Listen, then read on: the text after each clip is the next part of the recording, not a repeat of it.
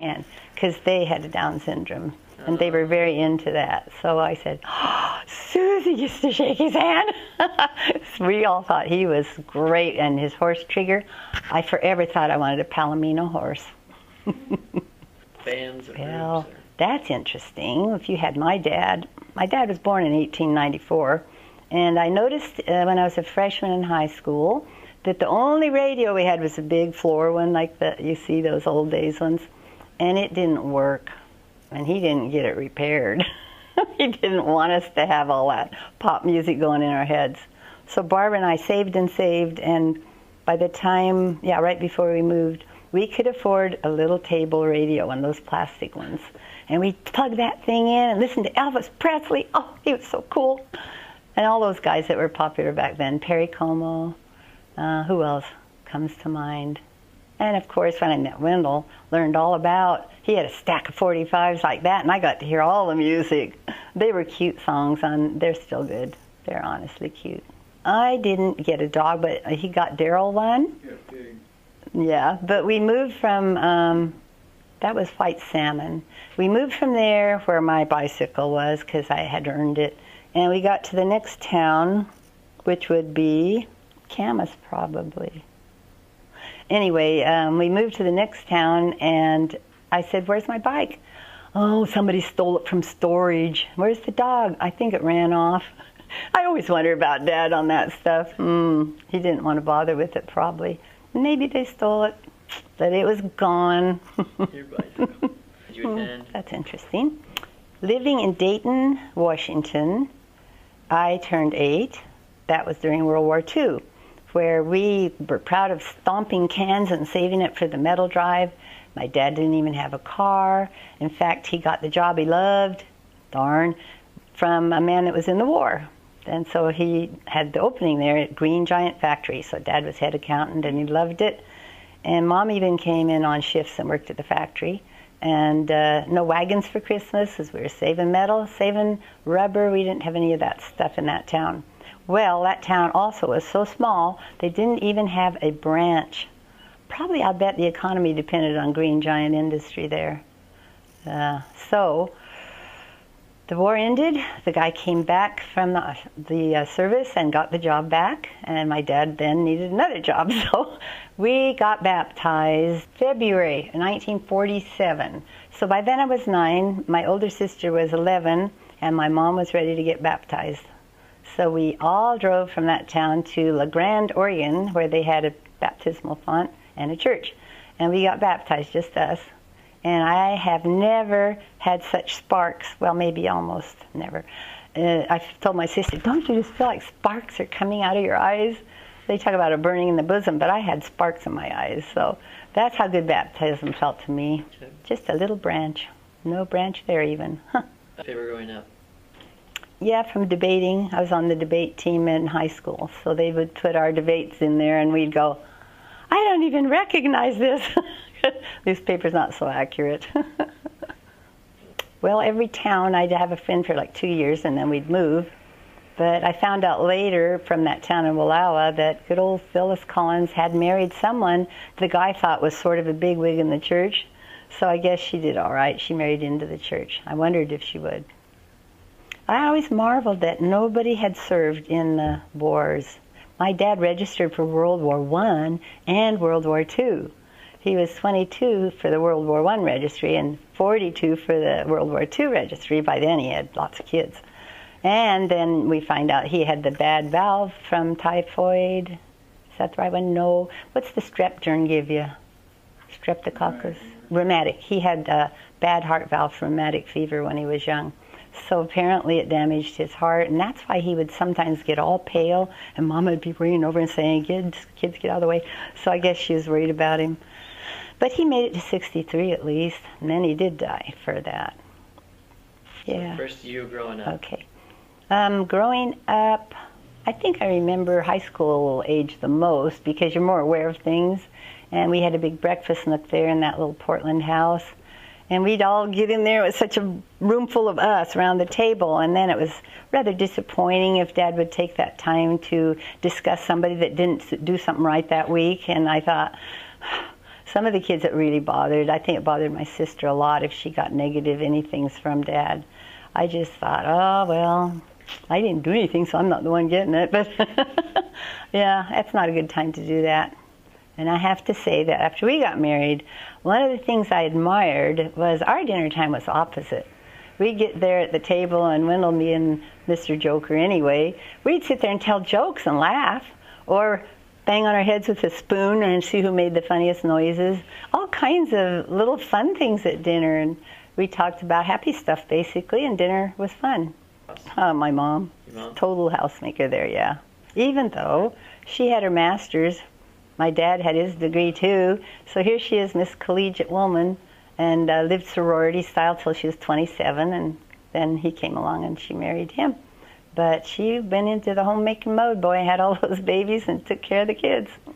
I loved coming home after school, especially as a teenager, cutting off a big slice of homemade bread and laying it on with some butter and jam and sit there and start reading my studies. It was really good stuff. Birthdays, I remember I had one birthday party, and it was disappointing, so I didn't ask for another. School got out before my birthday by about 2 or 3 days. I had to walk around town to hand out invitations at the time. And the kids came, but I don't know, I never really felt particularly special, and it was a lot of work, and I thought, oh well, because birthdays weren't really a big deal. At our house we had a cake, and we'd sing happy birthday, and then Mom would sing all these special little songs. They're old-fashioned songs, like Sweet Lindy on the Vine and stuff. It was really old-fashioned songs from the 20s probably. And that was standard birthday to sing those. Yeah, it's funny. Christmas was simple too. We would usually give each other a present that's like, it might be a comb or some cloth to make something with. That would be, even as a teenager, a typical present for me. And we loved it when Mom got out the Christmas booties. They were funny little plastic Santa boots. Line them up on the mantle and put little candies in them. We didn't hang up socks. We just had those little candies. Mom trained us to say no if somebody offered us candy. So at Christmas, candy was yummy. And then she'd have chocolates, cheap chocolates. They were those drop-looking things with pink, yellow, and green centers. And she'd hide them up there until the Christmas day because kids would have wolfed them down. But that all seemed like a traditional fun thing for us. And we'd go out with Dad and get a tree. Or if he came home with one, he was in for it. Boy, us older girls, we were mean. Oh, that's a terrible tree. Look, there's limbs missing here and there. It won't matter, he says, we'll put it in the corner. We were so picky, it was ridiculous. Well, we used to go to Nana's for Thanksgiving, and then she got not able to do that. So we had one in the park. The flies were pretty bad there, but it was still fun. And then we thought, you know, Singing Pines Lodge used to be fun with the church. Let's try it. And we went up there for a couple of them. And the ownership changed and everything got worse. And the kitchen was really little. And it was an awful cold lodge. So we hunted and we tried that other lodge up by Gold Mine Ski Slope. It was pretty good, 2-story, and it worked. But we found, you found it on the internet, Wendell did, one night. And he says, hey, look at this one. It was called Bavarian Lodge then. 11 bathrooms, I said. You don't have to bring the paper. Awesome.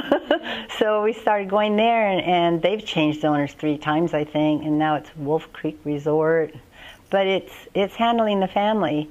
And when more and more kids are married and have family, and you end up going, oh, the rooms are full, and we need overflow with lots of kids out there, we can just rent some more little cabins. So, I don't know the year number, but we've been doing it for 15, maybe more years, huh? Maybe 20. Long time. Yeah, it's really something to live long enough to really see the difference.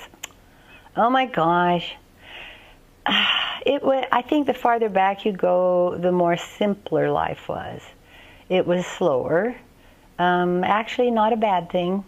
When we were kids, even starting at age 6, my sister and I, especially ringleaders, invented plays and skits, and next thing you know, we're charging neighbor kids $0.25 to come and watch it, and they loved it. We'd make it up there, we'd put up the drapes. Sometimes for what is now called family night, we would say, Mom and Dad, we got a thing you got to watch, and we'd put the ironing board up to the table, and we'd take Daryl, who was little, and say, come on now, Donnie, and we'd make up names. Come in, it's time to eat, and we'd make up these little skits where we were doing the family. And they'd watch and applaud, and we just loved making things up. We created a lot more than I think kids do nowadays. We lived very much away from all relatives. I think they did it by design, but my dad loved the Northwest too. And Mom was born in Walla Walla, Washington, but she was an Idaho girl, so her dad lived in Idaho, and through her, I saw great admiration. She really admired her dad. And I got to admit, from things I've read about him, Arles Daniel Ash. And the Ash name, if you go back farther, is E-S-C-H instead of A-S-H. Very German. I thought her line would be English. Very German. And then he married Schauerman. You go back on that one, it's spelled German too. Instead of Schauer, it's S-C-H-A-U. And so those people understand homesteaded. Sometimes they split up. The wife was homesteading here and he's homesteading there. And he came north and northwest to look for gold, all kinds of stuff, enterprising fellow. So apparently they got enough that he bought business buildings downtown Rupert, and he had his Rupert house there, the one Mom's used to. And she's playing on a Rupert tennis court when my dad saw her and went, ah. So that granddad retired probably in about 40 or 45. He liked to fish and hunt, and he had his income coming from his buildings, and he didn't care if he owned the world. He had his big old house there, and he did what he liked. Took care of his daughter that had gotten that awful encephalitis. All kinds of stuff. Nice man. Very kind. He got hard of hearing, so I remember him as having to talk really loud because he'd take it out when all the noisy kids came. Yeah, it was hard to communicate then, but we liked him a lot, and we only visited twice. And my mom's sister, the one that had encephalitis, ended up living at home then forever. She'd sit down at the piano while he did the violin, and she'd play like this while we all just laughed. Of course, my mom's a great pianist too, but they were a very refined family. The Davis name only goes back to 1777, and I'm well, anybody that wants to work on that. Nobody seems to get past Ezekiel Davis, but his son Chauncey was a blacksmith, and it's really fun when you run into papers that show you their occupations, but I don't know who Ezekiel Davis's father was. So I looked up Davis for alias spellings. There was 3 columns of different ways. Oh, that's going to be a project sometime. We thought about the baby as we were going along there, and it seemed right. And then we got to Sabrina. I was sitting in the doctor's office waiting, and I thought, that name sounds so bright and airy and kind of nymph-like. You know, it just sounded right. And boy, does it fit Sabrina. I think it fits her so good. And Tamara's name is kind of calm sounding, and that is how Tamara is. She's the anchor at their house because she's that kind of calm and sweet thing. Tammy is awful. You always nickname it down. Okay. I do have a little bit there, luckily. Lorinda Archibald Ash, probably my great-grandmother. I have a teaspoon of hers, and she was a settler that came west with her husband, and they first built a sod house. And then as time goes on, it reminds me of our life story. They gradually build up the means, and they planted many, many orchards, and they loved it. They built a beautiful house with a grand staircase. They had big family gatherings. They described her as a very sweet, lovable lady that was very kind and loving. So that was one of the stories I had, other than some of my granddad that I mentioned that liked fishing and hunting, and he was a good man. I haven't run into any yet. Well, if I go up the, I think that's on the Davis line. You go out through some of the wives because the names keep changing. You go up to President Harding's family of the United States, and then through that line, they're well researched when they're kind of famous. And then it goes up farther and farther until she linked it to the kings and queens, and then to Adam and Eve, because that's all in there, scripturally speaking. So that line winds up there, but the Davis name itself stuck right there. Oh, I don't get to make him anymore, but Barbara and I both loved, that was my older sister,